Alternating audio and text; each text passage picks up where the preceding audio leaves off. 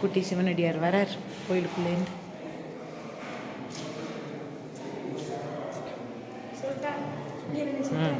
கீழே வந்துக்கோ. எஸ், சொல்ல ஆரம்பி. திருச்சிற்றம்பலம். இந்த பார்வதிக்கு பந்து விளையாடணும் ஆசை ஏற்பட்டது. அதனால சிவபெருமான்கிட்ட பார்வதி, இதுமாரி எனக்கு ஒரு பந்து விளையாட ஆசையாக இருக்குது, ஒரு பந்து உருவாக்குங்க அப்படின்னோடனே சிவன்கிட்ட சொல்கிறாங்க. சிவனும் அந்த பார்வதிக்கு பந்து பிடிக்கும் விளையாட ஆசையும் அப்படி சொல்லிட்டு இந்த இந்த பூமியை அப்படியே பந்து மாதிரி ஆக்கி பார்வதி கைகிட்ட கொடுக்குறாங்க. பார்வதி விளாண்டுருக்காங்க. நான் பூலோகத்துக்கு போயிட்டு வரேன்னு சொல்லிட்டு சிவன் போகிறாங்க. போயிட்டு திருப்பியும் வந்தாங்க பூலோகத்துக்கு. வந்தோடனே இந்த சிவன் வரதை பார்வதி பார்க்கவே இல்லை. அவங்க போயிட்டே விளாண்டுட்டே இருந்தாங்க.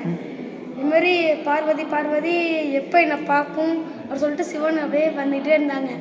ஆனால் பார்வதி பார்க்கல. நான் சொல்லிட்டு என்னை நீ கண்டுக்க மாட்டேன்னு சொல்லிட்டு கோபம் எடுத்த சிவபெருமான் பசுவா போன்னு சொல்லிட்டு இந்த பார்வதியை சிவபெருமான் பசுவை மாற்றிட்டாங்க. பசுவை மாற்றினோடனே சிவபெருமானே சாரி, நான் பந்து விளையாண்டு இருந்தேன், என்னை பழைய ரூபத்துக்கு மாற்றிருங்க பார்வதி சொல்கிறாங்க. அப்போது இந்த பொங்க மரத்தில் கீழே ஒரு சிற்று பகுதியில் லிங்கம் ஒன்று இருக்கிறது. அங்க லிங்கம் ஒன்று இருக்கிறது. அந்த இடத்தில் நீ போய் பால் அபிஷேகம் பண்ணணும், அப்பதான் உன்னை விடுவிப்பேன் சிவபெருமான் சொல்றாரு. அப்படியே அங்க அந்த புங்க மரத்துக்கு போய் அங்கே எங்கேயோ சுற்றி இருந்தது.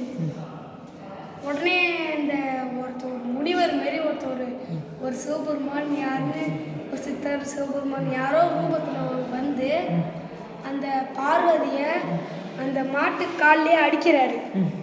அந்த மாட்டு காலிலே அடித்தோடனே அப்படியே அந்த மாடு அப்படியே எம்பி சிவபெருமான் மண்டையில் அமுங்கி பால் அபிஷேகம் பண்ணுது. அப்போ சிவபெருமான் உடனே இப்படி வெளில அப்படி வந்துட்டாங்க.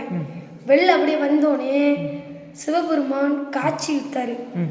அப்படியே வந்து பழைய ரூபத்துக்கு மாற்றிட்டாரு.